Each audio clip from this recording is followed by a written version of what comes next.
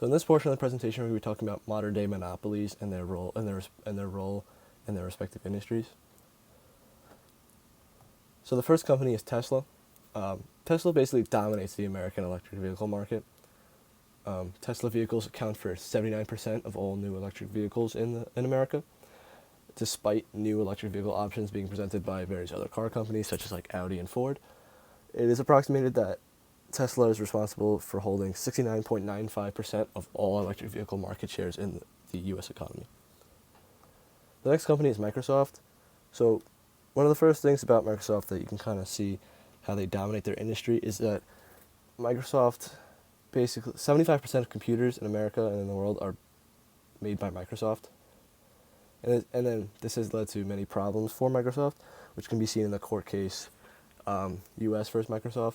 So Microsoft was essentially not allowing other computer softwares to be downloaded onto Microsoft computers because they only wanted the Microsoft operating system, commonly known as Windows, to be used by consumers. They basically made it easier to download their software and more affordable to download their software, which caused the downfall of competing software companies such as Netscape. In this court case, it was ultimately decided that Microsoft was in violation of the Sherman antitrust legislation, and it was found that Microsoft was acting in a monopolistic way.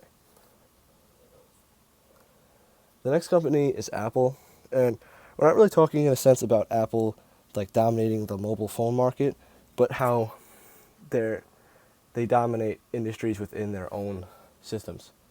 So a report found that Apple tends to exclude rivals and give its own apps and services boosts on the App Store. So basically what this means is that Apple sanctioned apps are given more possibilities to succeed than apps that are not sanctioned by Apple. So it doesn't allow these apps that are not sanctioned by Apple to make the same revenues as apps that are sanctioned by Apple.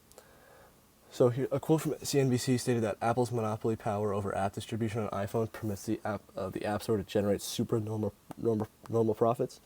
An example of this problem can be seen in the court case Epic Games versus Apple. So basically, Apple makes people buy in-app purchases through the App Store. So this would mean that Apple would then be able to take a cut of any of the money that was used to buy these in-app purchases. And so Epic Games kind of was trying to find a way around this so that they didn't have to give Apple some of their sources of revenue. So the lawsuit that Epic Games presented upon Apple was basically over Apple not allowing developers to receive direct payment. And it was just kind of like how Apple was kind of creating a monopoly over their own app services and how they weren't allowing people that were not sanctioned by Apple to have the same success as Apple sanctioned products. So another company is Intel. Intel was founded in 1968, and since then it has dominated the microprocessor market. If you don't know what a microprocessor is, it is essentially the CPU, which basically is responsible for running a computer or a server.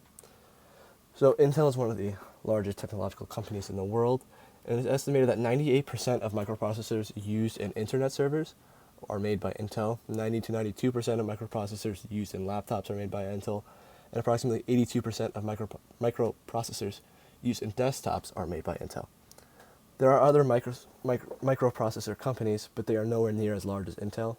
One of the only other competing microprocessor manufacturers is a company called AMD Ryzen, which has sales that are not even remotely close to those of Intel. So Intel basically has a monopoly over the microprocessor industry. The last company is Facebook or Meta. So Facebook or Meta, which I think it's now called, has displayed numerous monopolistic tendencies. One of these can be seen when they started acquiring various other social media platforms such as Instagram and WhatsApp. So the Federal Trade Commission actually sued Facebook, claiming that it was trying to maintain a social networking monopoly by using anti-competitive conduct. So they were buying up other social networks such as Instagram and WhatsApp in order to decrease competition.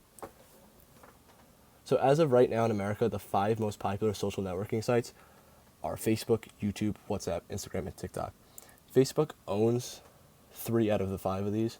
So basically, they control 60% of the Americans, 60% of America's top social media platforms. So Facebook basically holds a dominant control over the social world and has displayed monopolistic tendencies through their anti-competitive transactions.